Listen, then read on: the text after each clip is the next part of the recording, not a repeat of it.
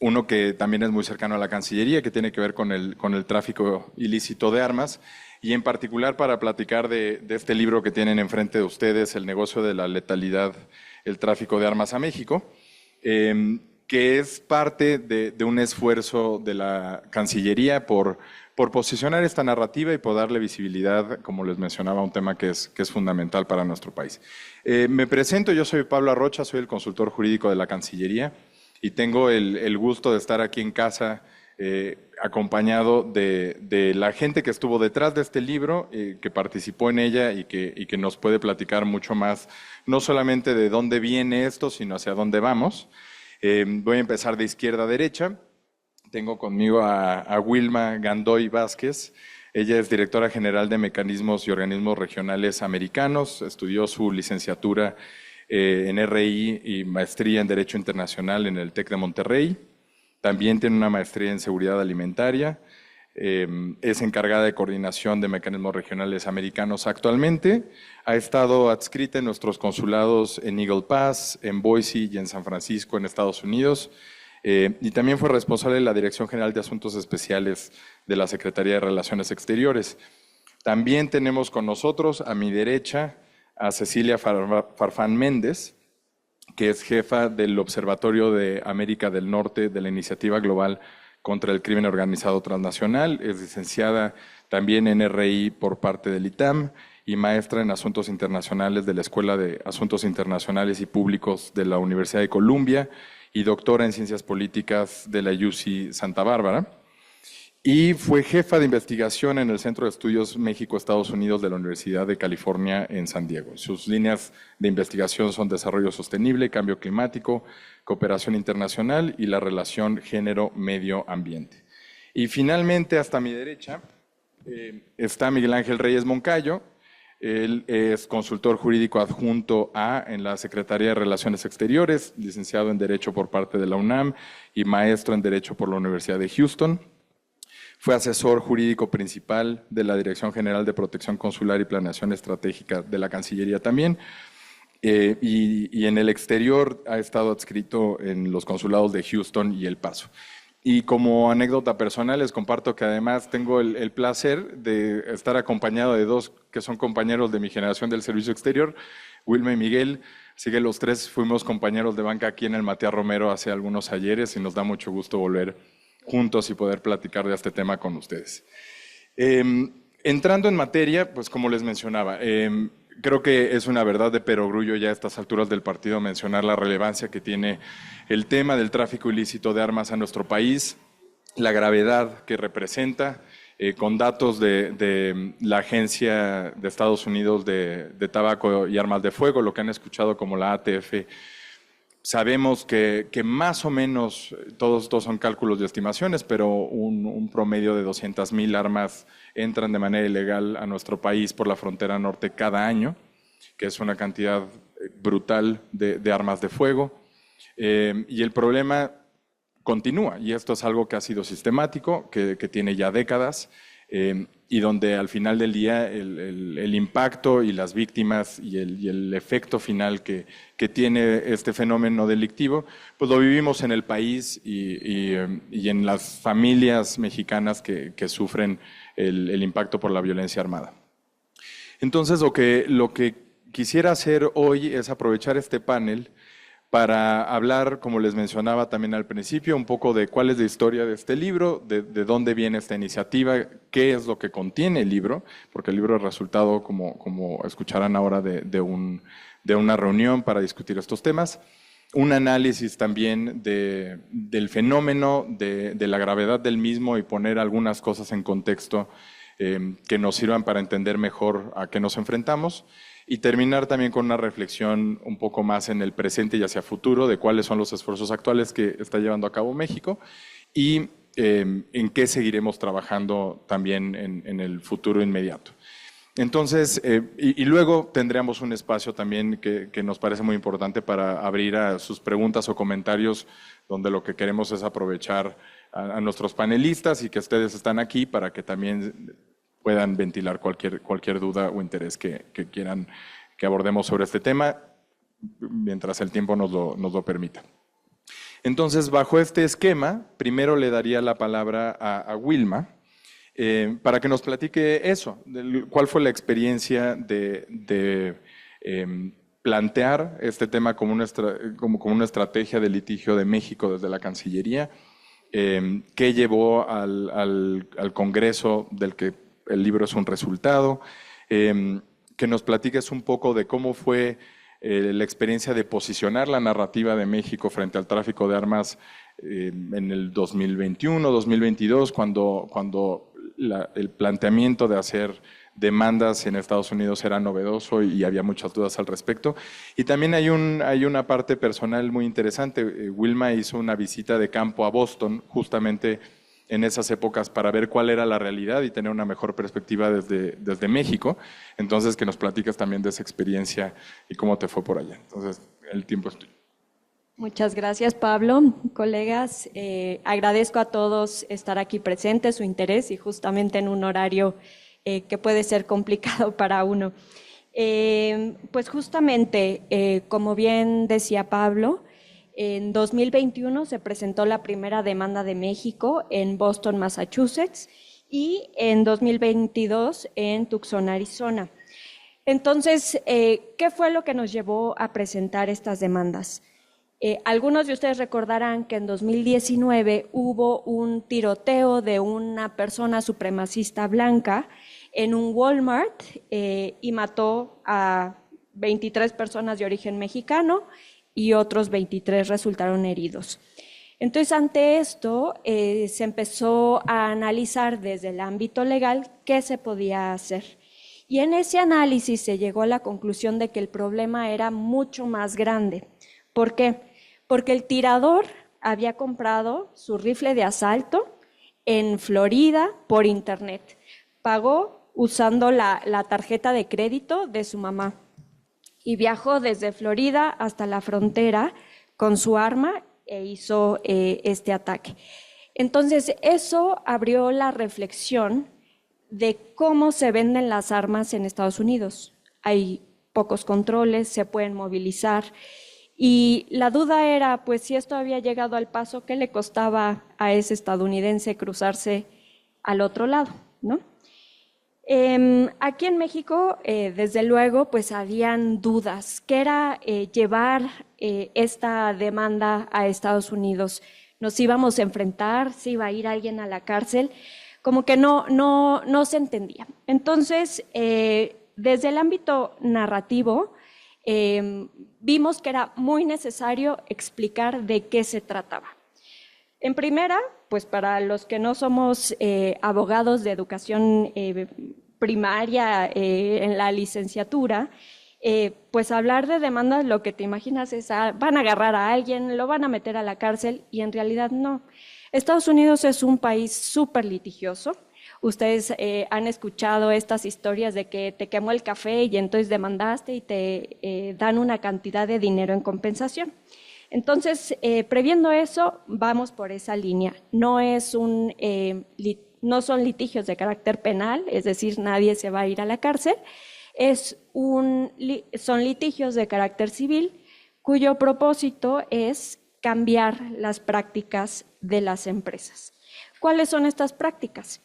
Regresando al viaje de campo de Boston, pues estuve visitando varias tiendas y me di cuenta que, pues llenando un formulario, tomando un curso y probando que vivías en Estados Unidos con tus papeles, pues podías tener acceso a un arma.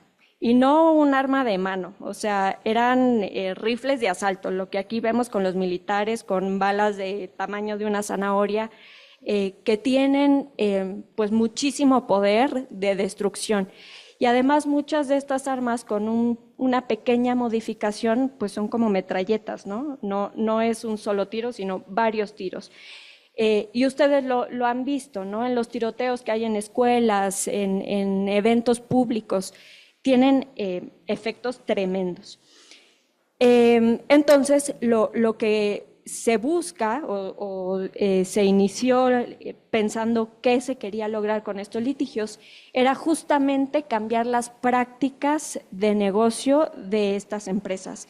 Es decir, que no se vendieran con tanta holgura, que fuera mucho más minucioso y cuidadoso el proceso de venta, que pues quizá regular el calibre de las armas o la capacidad de destrucción que tenían estas armas, entre muchos otros, ¿no? Que no tuvieran esta capacidad de disparar seguidamente, etcétera. Y bueno, también creo que importante aquí en México fue que empezar a hablar de estas demandas metió en el ideario colectivo el tema de que la violencia que se vive en el país está producida por las armas, porque parecía que aparecieron tantos muertos, pasó esta desgracia y nadie hablaba de las armas, era como pues nosotros somos violentos por naturaleza y aparecían los muertos. Y que teníamos estas situaciones por la facilidad con que se venden las armas en Estados Unidos. Bueno, en Estados Unidos también observé que igual que la publicidad que hay para vender las armas, en contraesquina estaban todos los anuncios de las víctimas de esta violencia armada. Entonces hay una pugna ahí. Y otra cosa importante de la que hablamos fue que México no estaba tratando de imponer su ley en Estados Unidos. Es decir, pues ustedes han escuchado de esta segunda enmienda en Estados Unidos que les da derecho a los estadounidenses a comprar y portar armas. En nuestro país también lo tenemos en el artículo 10 constitucional, pero aquí el calibre está muy restringido, eso no pasa allá. Lo que México quería era mejores controles, mejor trazabilidad de estas armas, porque también se venden y pues ya uno se olvida cómo va el paso de mano a mano y eso permite que ingresen entre 250,000 y 500,000 armas anualmente. Y bueno, también otra cosa importante de estas demandas es que veíamos que el foco siempre estaba puesto en dos actores principales. El Estado, que era el que hace las incautaciones, prohibiciones, todo lo que quieran de la parte regulativa, y los individuos, los traficantes. Pero nadie había visto un actor esencial en este juego, que son los productores y vendedores de armas. No importa cuánto hagas en la parte normativa, en aplicar la ley y castigar a los traficantes, si los vendedores siguen soltando y soltando y soltando las armas y también las municiones, ¿verdad? Porque las balas son las que activan a las pistolas. Y bueno, creo que esta conversación ha sido muy provechosa en el país porque de alguna manera nos ha puesto a ver qué es lo que genera la violencia.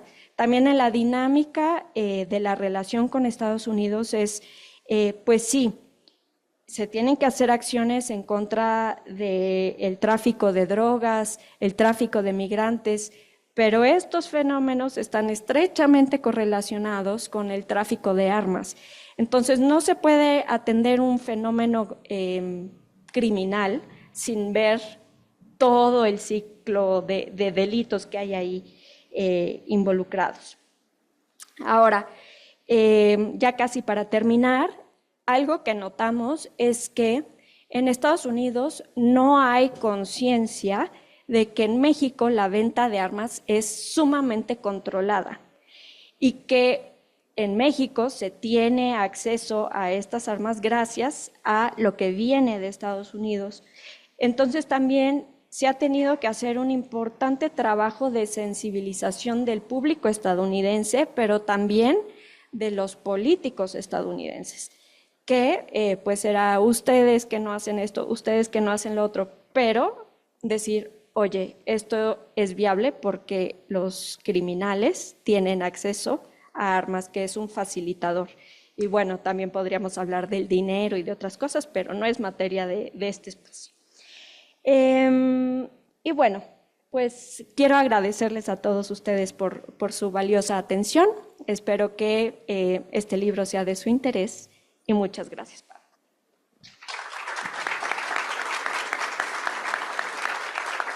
Muchas gracias, Wilma. Algo que no mencioné, digo, lo pueden ver en la portada del libro, pero Wilma y Miguel fueron coordinadores de este libro. Cecilia escribe un capítulo en él. Y creo que es bueno el paso de lo último que mencionabas para lo que vamos a escuchar ahora con Cecilia sobre el impacto que tiene el tráfico de armas en una visión mucho más amplia de criminalidad, como un fenómeno multifactorial. Y un dato curioso que agrego a lo que mencionabas, Wilma, cuando fue el tiroteo en El Paso, en Walmart, jurídicamente también fue algo que México entendió y catalogó como un ataque terrorista. Había un manifiesto publicado en Internet por el agresor, había una conexión con lo que había pasado en Christchurch, en Nueva Zelanda. Y Estados Unidos se tardó mucho tiempo en hablar de esto y en reconocerlo como un ataque terrorista, inclusive los medios casi nunca lo mencionaron como tal, porque hay tantos tiroteos en Estados Unidos en general que fue percibido como uno más, como un mass shooting más, ¿no?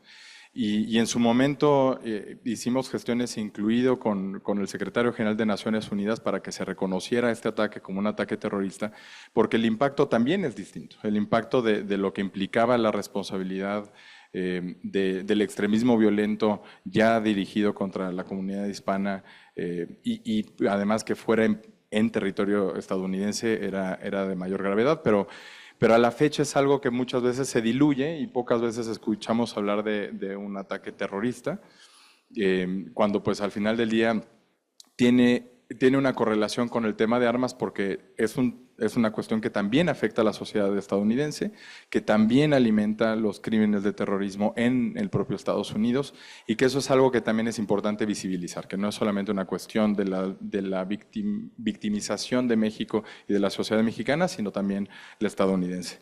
Y en este tema de comunidades binacionales, de una sociedad que ya está muy integrada, me da mucho gusto darle la palabra a Cecilia. Cecilia en su capítulo habla de un concepto muy interesante que es ver a la frontera como una zona de valor agregado y no solamente como una zona de interdicción. Ella ya nos va a explicar ahora mucho mejor qué significa esto. Entonces, Cecilia, si nos pudieras platicar de eso, de cómo entender también en este fenómeno multifactorial la diferencia entre el tráfico de drogas y el tráfico de armas en lo que vemos en la frontera, la diferencia de precios que tenemos de mayoreo, que hablan mucho de la gravedad y del impacto del fenómeno de los dos lados de la frontera, y algún comentario que también nos pudieras hacer sobre el cambio de paradigma que hizo México en algún momento, de también tener una visión muy de seguridad, de la guerra contra el narcotráfico, a una visión ahora mucho más apegada a salud pública y a derechos humanos, que es la visión que perseguimos. Muchas gracias, Pablo, y por supuesto muchas gracias a la Secretaría de Relaciones Exteriores por invitarme a participar en uno de los capítulos de este libro y también a presentar en este evento. También quiero aprovechar este espacio para resaltar la victoria de la diplomacia mexicana en traer a la mesa a Estados Unidos en un momento muy complicado para la región, en su relación con Estados Unidos, sin duda, traerlos a la mesa, tener un comunicado conjunto donde se hable de cosas que le importan a ambos países y que México consiga mantener el tema de tráfico de armas en la agenda me parece muy importante y me parece muy importante reconocer precisamente cuando también hay estos aciertos.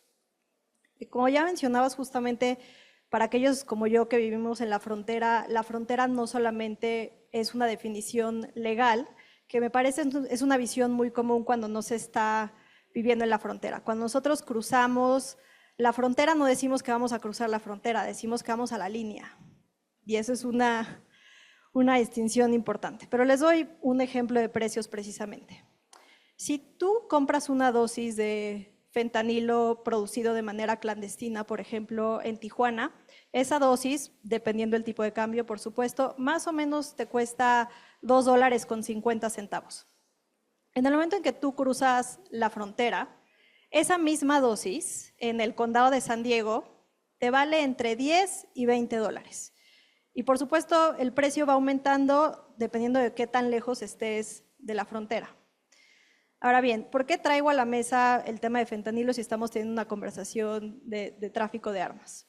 Esto tiene que ver con una investigación de más largo aliento donde justamente hemos seguido cómo han cambiado los mercados criminales. Y en una nueva investigación, y aprovecho y hago el comercial, un informe que acabamos de sacar sobre fentanilo no regulado en América del Norte, que pueden consultar en nuestra página de globalinitiative.net. Lo que identificamos es precisamente que ese triángulo dorado del que hablábamos en México con anterioridad, que comprendía los estados de Chihuahua, Durango y Sinaloa, como esta zona productora amapolera, en realidad ya no existe. O sea, obviamente sigue habiendo algo de cultivo, pero ahora lo que vemos por el cambio en la demanda en Estados Unidos, identificamos algo que estamos llamando un nuevo triángulo dorado. Y este triángulo es urbano principalmente, a diferencia de estas zonas serranas, y comprende los estados de Baja California, Sinaloa y Sonora.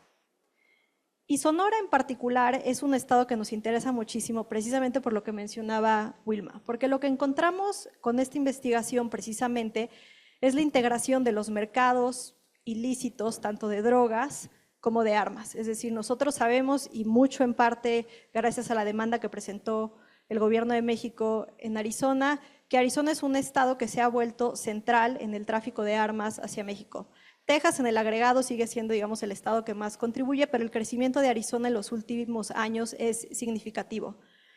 Y lo que es interesante aquí es que estas no son coincidencias. No es coincidencia que el crimen organizado aproveche un estado como Arizona, donde la legislación precisamente en armas es muy laxa, para hacer estas compras que, como mencionaba Pablo, aprovecho para mencionar en esa parte inicial, digamos, de la cadena, es decir, si yo soy un ciudadano estadounidense, comprar un arma no es un acto en sí mismo ilegal. Ha habido unos cambios en la legislación que si tú eres prestanombre, ahora eso se castiga de manera distinta. Pero es decir, comprar un arma en Estados Unidos de origen no es un acto, no es un delito.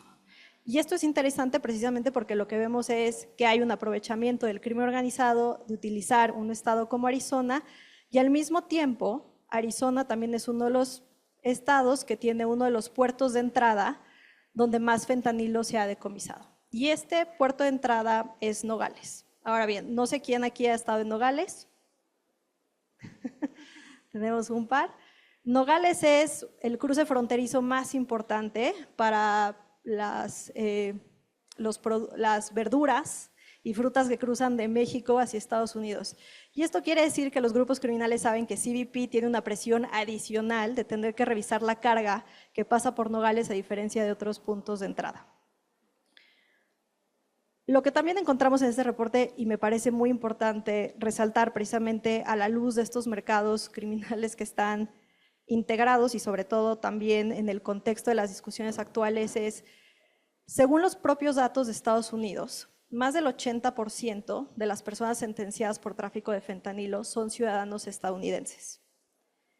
Y esto es importante, no para apuntar el de decir, son ustedes, sino nuevamente porque muestra la integración de estos mercados ilícitos y cómo están impactando a comunidades en ambos lados de la frontera.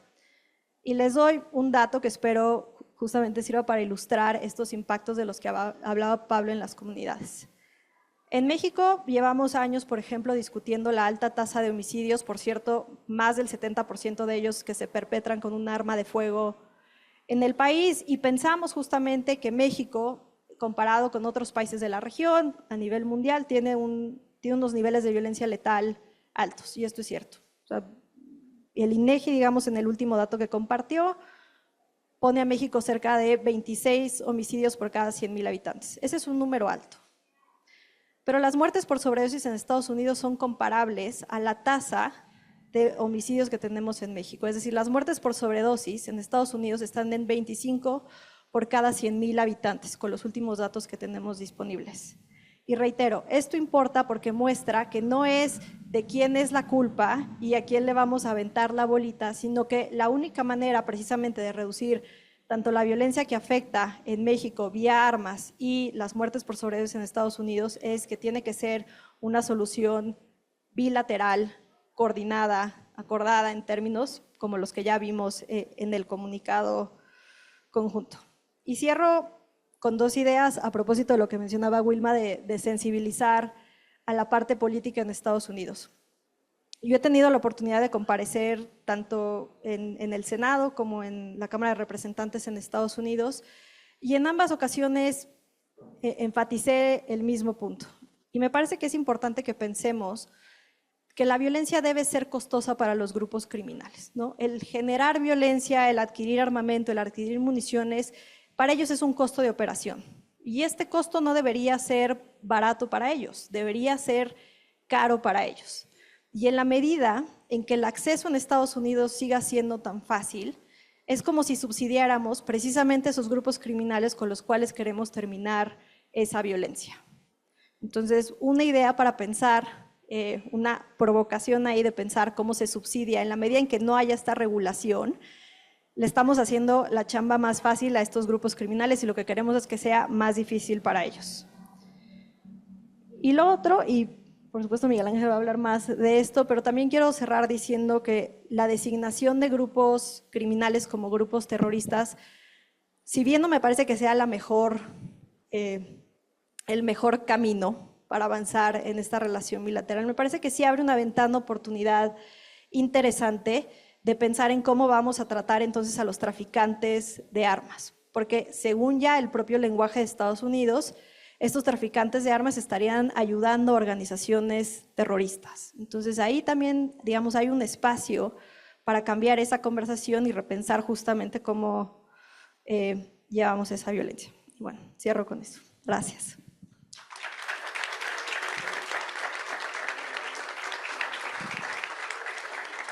Muchas gracias y sin duda ese es un tema que ha abierto un nuevo capítulo en cómo tratamos las demandas y los litigios, pero además con una visión más amplia de estrategia de México y de la Cancillería para hacer frente al tráfico de armas. Y de eso nos va a platicar ahora Miguel. Miguel, desde la consultoría jurídica también da seguimiento a estos esfuerzos de litigio. Tenemos además otro proceso con una opinión consultiva que se presentó ante la Corte Interamericana de Derechos Humanos, que le pediría a Miguel también que nos platique un poco de qué es lo que le preguntamos a la Corte y estamos esperando que esta opinión se emita en cualquier momento prácticamente y que nos platique también eso, el estatus, en dónde estamos ahora, de cómo va avanzando el litigio, sobre todo en el estado de Arizona, que es una pieza clave, como ya lo mencionó Cecilia, en este fenómeno delictivo, y quizás ahondar un poco más en cuál es el objetivo de estas demandas, qué estamos buscando, qué se persigue, cuáles son los argumentos, y más allá de la parte litigiosa, porque en efecto las demandas atraen mucha atención, fue un enfoque novedoso, pero el esfuerzo de México estratégico para hacer un combate al tráfico ilícito es mucho más amplio. Es uno que tiene que ver con narrativa, es uno que tiene que ver con esfuerzos de visibilidad, como por ejemplo, este es uno de ellos. Y entonces que nos platique también de esta estrategia más amplia y de qué estamos tratando de hacer desde la Cancillería. Miguel, por favor. Muchísimas gracias, Pablo, y muy buenas tardes a todas y a todos. Es un gusto estar en casa aquí con ustedes y compartir el panel con amigas y amigos. Les platicaré un poco sobre la estrategia legal que ha seguido México contra la industria de armas. Wilma ya nos adelantaba que el paradigma tradicional había sido enfocarnos en la conducta de los estados y en la conducta de los criminales, pero faltaba una piececita y eso debe de seguir continuando, eso no releva a las obligaciones de los estados para seguir haciendo lo que les toca, ni tampoco las labores de persecución de los criminales. Pero en el caso de las empresas, no necesariamente se ponía el dedo en la llaga sobre cuál es el alcance de su conducta. Y esto es muy importante porque aquí tenemos varios conceptos que son muy importantes. Uno de ellos, por ejemplo, es negligencia. Las empresas han incurrido en varias prácticas negligentes que también Wilma ya nos adelantaba. Yo les quiero ilustrar ilustrar literal, que tiene que ver con la publicidad de las armas. Las empresas siempre han apelado a que su mercado es el público estadounidense, el ciudadano, ciudadana que cumple la ley, que tiene derechos bajo la segunda enmienda. Sin embargo, les quiero mostrar una pequeña ilustración, que este es el modelo Emiliano Zapata de Colt, que ustedes podrán ver que tiene motivos de un prócer mexicano, que tiene frase como tierra y libertad, más vale morir de pie que vivir de rodillas. Y pues ustedes se podrán entonces cuestionar si es algo que va dirigido o a quién me van apelando. ¿Me puedes ayudar a circularla, por favor? Muchas gracias. Entonces, dentro de este concepto de negligencia es que se busca o México presenta dos demandas precisamente para ser responsables o corresponsables a la industria de armas por lo que les toca. Y esto tampoco es nuevo porque tal vez ustedes, quienes sean contemporáneos de su servidor, recordarán que hubo varias masacres, bueno, hay muchos tiroteos seguidos, pero una muy emblemática fue la masacre en Columbine. Y derivado de ese tiroteo es que se presenta un litigio contra la empresa Smith & Wesson, que es una de las empresas contra las que México presentó una de sus demandas.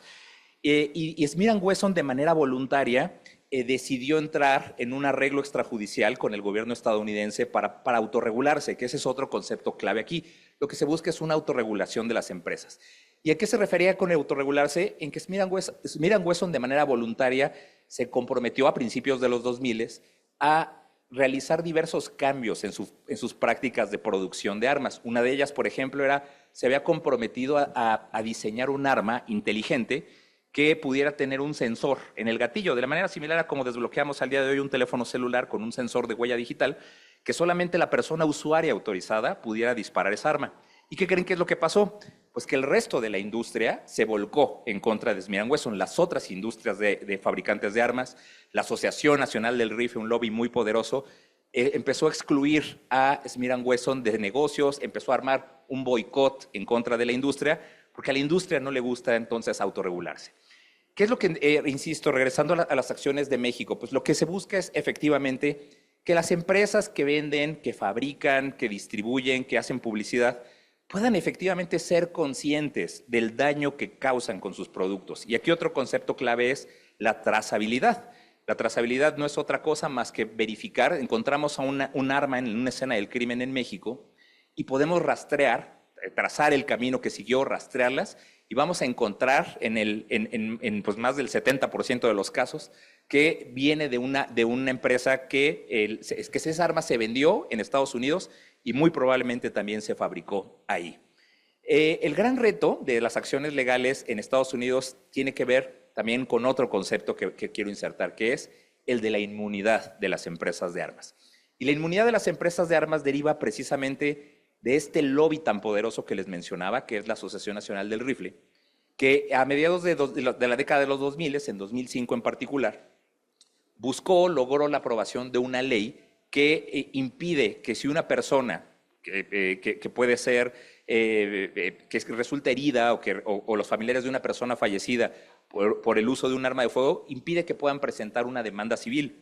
Y esto es inédito porque ninguna otra industria en Estados Unidos goza de una protección tan amplia, y derivado de esta ley es que las acciones legales en Estados Unidos tienen un primer gran obstáculo.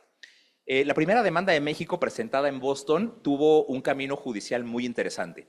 En primera instancia, en una corte federal, una corte de distrito en Boston, el tribunal mencionó que efectivamente había una inmunidad que era el juez dijo, yo soy muy empático a la causa de México, qué lástima que las personas mexicanas fallecen, pero hay una ley que les da inmunidad, y desecha la demanda en una primera instancia. En México presenta una apelación, y en esa apelación un panel compuesto por 3 jueces dice no necesariamente vamos a desecharla por un tema de inmunidad, vamos a dar la oportunidad a México de comprobar que las empresas son lo suficientemente culpables como para superar esa inmunidad y que se les pueda demandar, que se les pueda hacer responsable como cualquier otra industria.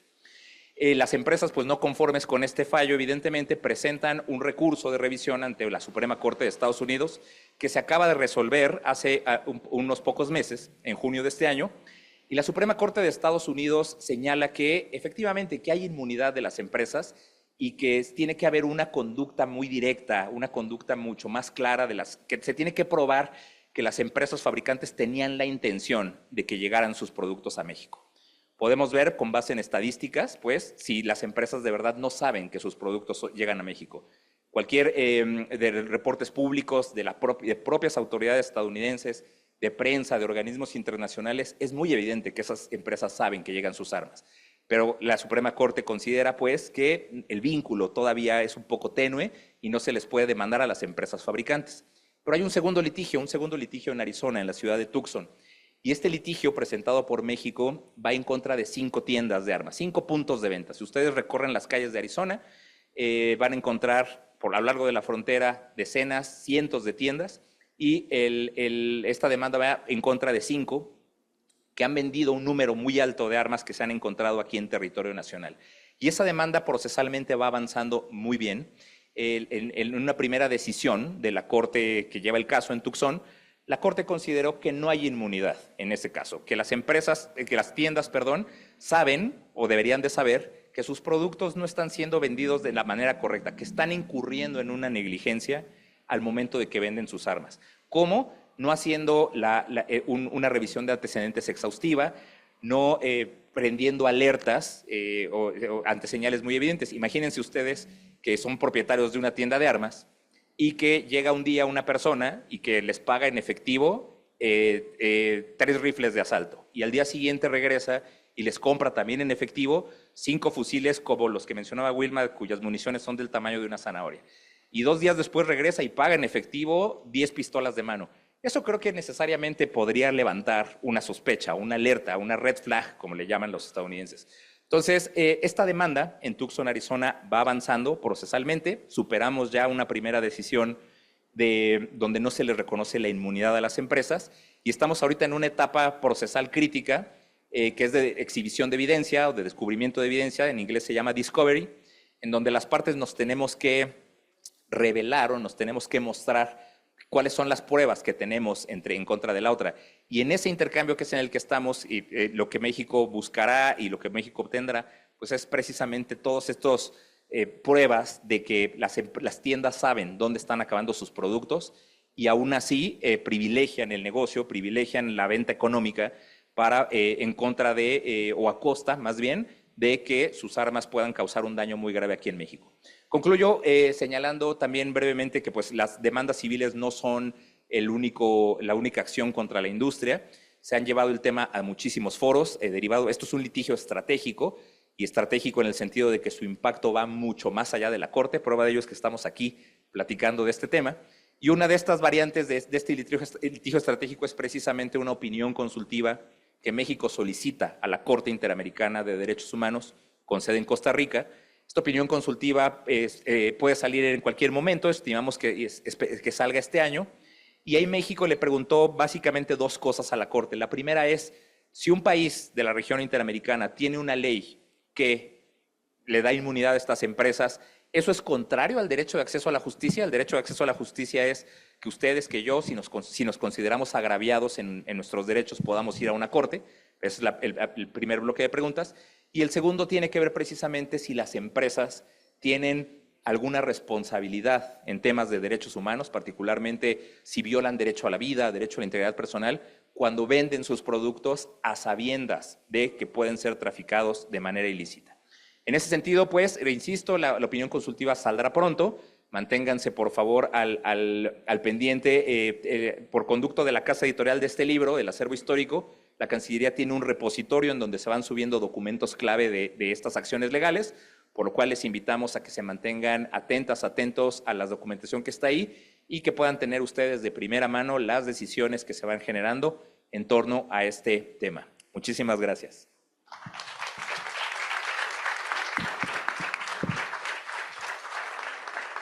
Sí, claro. Tenemos una pregunta desde el panel, otro panelista, creo. Adelante. No, perdón, es que me acordé que no les di precio. No estoy vendiendo, pero nada más para hablar de las armas, justamente lo que mencionabas. Un arma calibre 50, por ejemplo, se puede comprar legalmente en arms.com. Esta página existe, no es que yo lo esté inventando, por $10,000 más o menos. Y la regla que más o menos tenemos, o sea, en la investigación es, en el momento en que cruza la frontera, ese precio se duplica de manera inmediata. O sea, el simple hecho de cruzarla a México. Y cuando llega al centro de México estamos hablando que ese precio es 3 veces mayor. Y esto obviamente importa mucho precisamente en el contexto de lo que mencionaban, justamente porque se ha vuelto también un negocio en sí mismo. Entonces, para que tengan una idea, por ejemplo, de cuánto, o sea, uno, la posibilidad de acceder a un calibre 50 y dos, cómo este precio, esta zona de valor, de valor agregado que es la frontera, también genera estos negocios muy lucrativos para el crimen. Gracias. Y conectando el tema nuevamente, de ver esto como un fenómeno multifactorial, holístico con lo que comentaban tanto Miguel como Cecilia.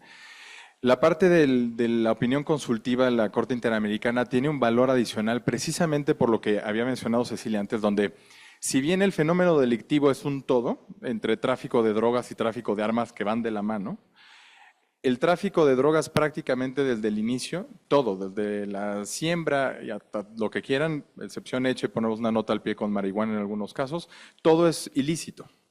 Y con armas no. Con armas, como ya lo habíamos platicado, hay una primera fase donde no hay necesariamente ilicitud y ahí es donde hay necesidad de reforzar estos otros conceptos como las violaciones a derechos humanos, la importancia de la negligencia y demás. Subrayo esta parte que es una pregunta muy común que tenemos y que nos parece muy importante, donde la decisión de la Suprema Corte sobre el criterio en Boston, Massachusetts, no impacta de manera negativa necesariamente el litigio que tenemos en Arizona, precisamente por el factor de que este vínculo de nexo causal de actividad-daño no es el mismo, hablando de quien fabrica y el daño que se causa en México. Hay una cadena de pasos mayor que el punto de venta que está en la frontera y el arma que llega a México. Y de eso es de lo que habla Arizona. Entonces, todavía hay un margen muy positivo para poder mantener ese cruce a la inmunidad de la que nos hablaba Miguel. Y el último punto que también quisiera destacar es que creo que otro valor agregado de lo que hemos tenido con el avance de ese ejercicio en particular y de la etapa en la que estamos en Arizona de Discovery, que le quita la mayor parte de sus horas a Fadia Ibrahim, que también nos acompaña, que ella es la directora de área que lleva los litigios directamente, entonces nos está tomando nota de todo lo que nos equivoquemos para luego decirnos en la oficina, pero parte del esfuerzo que ella coordina, que es muy único y que genuinamente ha sido una experiencia muy particular para nosotros, es que nos ha permitido abrir un nuevo capítulo de coordinación de todo el gobierno federal. Antes era un tema que estaba muy factorizado, dependiendo de la parcela que le tocara a cada autoridad del gobierno federal.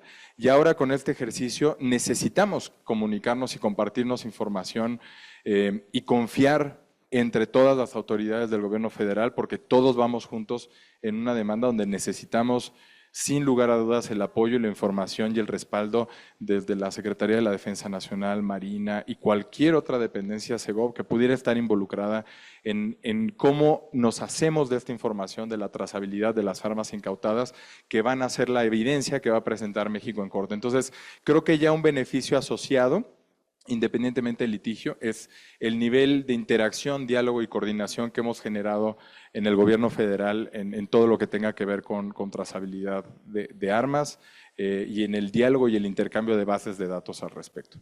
Nos quedan todavía algunos minutos, entonces me gustaría abrir el piso para preguntas. Ya había una mano que se me levantó en mi derecha y ya estoy viendo muchas más. Si quieren, lo que puedo hacer es tomar unas 3, vamos de a paquetes y vemos qué tanto avanzamos. Tomo esa primera y ahorita voy recogiendo. Muchas gracias, Pablo, muy amable.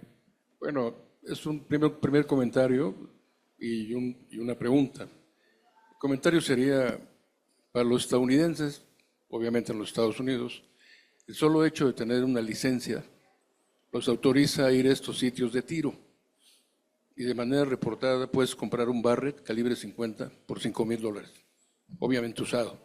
Entonces este comercio cada vez va a facilitarse de manera más y más abierta. Ese es un poco el comentario, porque a lo que comentaba Cecilia Farfán se añade mucha facilidad en la adquisición de armas. La reflexión que yo les pediría al panel es, con esta parte de alguna manera se ha avanzado, con los litigios estratégicos que ha propuesto la Cancillería, pero ¿qué comentario les merecería lo que viene? Impresión 3D, plásticos, impresión 4D, nuevos materiales, ¿verdad? Y ahí tenemos un desafío grande con el tema de las llamadas armas fantasma. Y ahí el tema de la matrícula o el tema de ATF, cómo las va a corretear.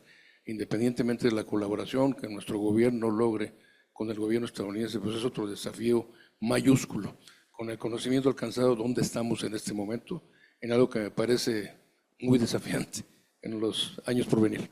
Muchas gracias. Gracias. Tomo otro par de preguntas, manos que se habían levantado. Ahí en el centro del lente, sí, gracias. Gracias, muy amable. Bueno, probablemente mi pregunta tenga respuesta en la obra, pero me gustaría saber cómo ha logrado definir la Cancillería mexicana el concepto de terrorismo o terrorista, porque está muy en boga, ¿no? Ya incluso en otras partes del mundo, y más con este tema del atentado terrorista en Estados Unidos, o definir a grupos armados, ¿no?, de narcotráfico con el concepto de terroristas. Y pues sí, ¿cuáles son las características de esta palabra? Y si de alguna manera también coinciden con alguna institución norteamericana, ¿no?, para definir esta palabra. Entonces, pues nada más, sería esa mi pregunta. Gracias. O sea, me va a dar mucho gusto responderle en un momento. Y tú tenías una pregunta también aquí. De este lado, por favor. Acá. Hola, buenas tardes. Mi pregunta es si han buscado apoyo de otros países para visibilizar la problemática. Lo pregunto porque en junio de 2025 un senador colombiano fue atacado por un joven de 15 años con un arma que consiguieron de Arizona. Este joven fue reclutado por un grupo disidente de las extintas FARC. Entonces, esa sería mi pregunta. Gracias. Y se me olvidó comentar que Cecilia ha participado con su organización en Amicus Curiae a nuestros litigios, me acordé ahora con el apoyo. Alguien que quiere empezar con un comentario sobre nuevos retos, impresiones 3D, armas, plásticos. Will, me empiezo por acá. Bueno, desde mi perspectiva, tendríamos que ver el tema de finanzas. Seguir las Ghost Guns va a ser muy difícil, va a implicar un reto mayúsculo para las autoridades aquí en México, como lo está haciendo también para Estados Unidos. Pero un tema que no se puede perder de vista es que estas organizaciones se mueven con dinero. Entonces, si hacemos más difícil mover el dinero, pues obviamente restas capacidades y con eso pues es una manera de contenerlos un poco. Y mucho más considerando que el costo de las tecnologías con el paso de los años baje y baje y baje. Entonces, pues sí, hay que cortar los recursos. Es una manera que yo pensaría pudiera efectivamente tratar estas nuevas tecnologías. Cecilia, ¿algo más para añadir? Sí. Bueno, primero quisiera hacer un apunte sobre la decisión de la Suprema Corte, porque me parece muy importante cuando uno lee el texto de la Suprema Corte que escribió la ministra Kagan, ella enfatiza que no tienen dudas de que estas ventas ilegales ocurran. Y eso me parece que precisamente a la luz de lo que mencionaban Pablo y Miguel Ángel es muy interesante que la decisión de la Suprema Corte reconozca, digamos, que estas ventas ilegales ocurren. En cuanto a los nuevos materiales, armas fantasmas, los últimos 2 años la Organización de los Estados Americanos desarrolló una metodología para hacer un estudio hemisférico precisamente sobre el impacto de tráfico de armas y municiones en la región con el apoyo del Gobierno de México. Uno de los módulos de este estudio incluye cuáles son los retos y amenazas que hay en la región. Y ese piloto, donde tuve la oportunidad de participar, que se realizó con expertos en tráficos de armas de todo el mundo, un énfasis en las Américas, pero eran expertos de todo el mundo, lo que encontró es que si bien es cierto, estas Ghost Guns preocupan, en realidad hay problemas mucho más puntuales y que se pueden resolver más fácil en el corto plazo y que no son necesariamente caros para los estados que preocupan más. Y les doy un ejemplo. Por ejemplo, la falta de coordinación entre la industria privada, ¿no?, y los gobiernos, la falta de análisis de riesgo. Obviamente hay otras soluciones como el tener mejor tecnología en las fronteras, pero estas cosas, lo que es interesante, digamos, de esos hallazgos, es que lo que encontramos es que estos problemas inmediatos tienen una solución que está al alcance de los gobiernos y no en 30 años, sino algo que se puede resolver ahora. El siguiente paso es identificar por qué. Y si bien, reitero, si bien las armas fantasmas en parte, digamos, de esta matriz de amenazas que se identifica. En realidad los retos que se encontraron tienen que ver más con la coordinación, el intercambio de información, los análisis de riesgo. Miguel, ¿algún comentario sobre apoyo de países también? Claro que sí, muchas gracias. Y un breve comentario, si me lo permiten, sobre armas fantasma, sobre lo que viene, el aspecto regulatorio, que es el que podemos seguir de manera más puntual desde el ámbito del derecho, pues afortunadamente no pinta bien la cosa, porque en términos generales, en temas de tecnología, las regulaciones vienen mucho después. Lo hemos visto en Internet, en ciberdelincuencia, inteligencia artificial, y el tema de armas fantasmas desafortunadamente no es la excepción. Hay muy poca regulación al respecto y muchas de ellas, en Estados Unidos en particular, ha sido impugnada vía judicial y precisamente ha sido echada para abajo por temas o por contravenir segunda enmienda. Y en ese sentido, insisto, el reto es mayúsculo, porque tenemos que ponernos al día con regulación. Sobre el apoyo a países, muy brevemente, sí se ha buscado el apoyo de países y se ha obtenido el apoyo de muchos países. Naturalmente, el mayor apoyo pues, tiene que ver con los países o los estados afectados por cercanía geográfica con Estados Unidos, afectados por el mismo fenómeno. Y en ese sentido, tanto en la primera instancia del litigio de Boston como en la segunda instancia, algunos otros estados presentaron escritos de amigos de la Corte apoyando o en favor de la demanda de México. Y estos estados han sido estados del Caribe, que si ustedes buscan en las noticias problema de tráfico de armas en Jamaica, Bahamas, Trinidad y Tobago, Antigua y Barbuda, todos los países de la región, Haití, no se diga, es un problema muy grave. Y fueron precisamente 5 países de esta región quienes se han sumado a esta demanda. Precisamente en este libro, que es motivo de la presentación de hoy, su servidor escribió un artículo sobre los apoyos que se han obtenido, incluyendo, por supuesto, el de la Organización de Cecilia, y también se narra brevemente sobre el apoyo que se ha obtenido de estos 5 países. Y un breve comentario sobre el tema de terrorismo, porque es un tema súper amplio del que nos podremos pasar otro panel y medio. Terrorismo está regulado en legislación mexicana. En el Código Penal Federal tenemos una definición de terrorismo, pero aquí creo que lo más relevante es la designación de Estados Unidos y cómo la vemos. La designación de Estados Unidos es un proceso también regulado por su legislación interna, que no tiene una aplicación extraterritorial a México. México, por una posición histórica, no reconoce designaciones unilaterales de terroristas, son políticamente arbitrarias. Y además esto está basado en el hecho de que no hay una definición internacionalmente reconocida ni aceptada de terrorismo. A diferencia, por ejemplo, de delincuencia organizada transnacional, que sí está definida en la Convención de Palermo, y México considera que la cooperación y el combate a nivel internacional y transnacional del crimen organizado tiene que hacerse de conformidad con derecho internacional, que incluye Palermo.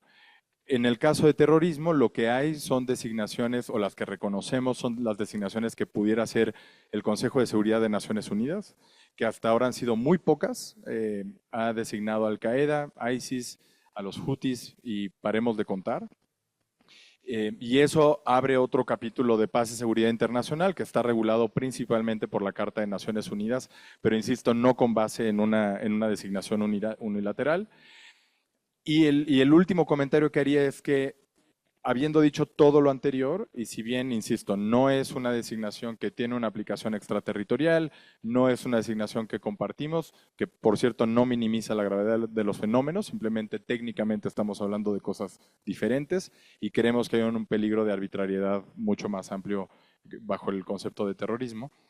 Para fines de las demandas de México, algo que es interesante y que estamos explorando desde la consultoría y en una colaboración muy estrecha con nuestros abogados es el impacto que esa designación sí puede tener en las demandas por ley americana, tomando en cuenta que las demandas son presentadas en cortes estadounidenses bajo derecho estadounidense para ser juzgadas por un juzgador estadounidense por actividades que se llevan a cabo en Estados Unidos.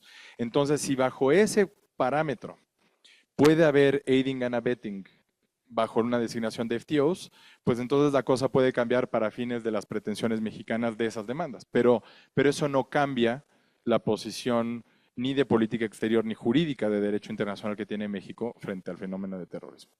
Creo que nos quedan un par de minutitos, si es ya no nos quedan más minutitos. Entonces, pues gracias nuevamente por habernos acompañado. Perdona las preguntas que ya no llegamos y comentarios.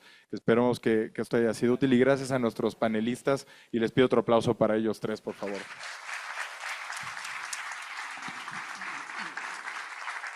Muchas gracias. Yo nada más, a nombre del Instituto Matías Romero, de su director general, el embajador Juan José Bremer, quiero agradecerles esta excelente presentación de un tema que nos vincula con los Estados Unidos y con la colaboración en otros ámbitos internacionales también. Es un tema desafiante, es un tema por el que falta mucho por escribir. Muchas gracias, yo creo que fue una presentación excelente. Gracias al consultor jurídico, a Wilma, a Cecilia Forfán y Alberto, ¿no? Muchas gracias. Déjenme entregarles nada más este reconocimiento.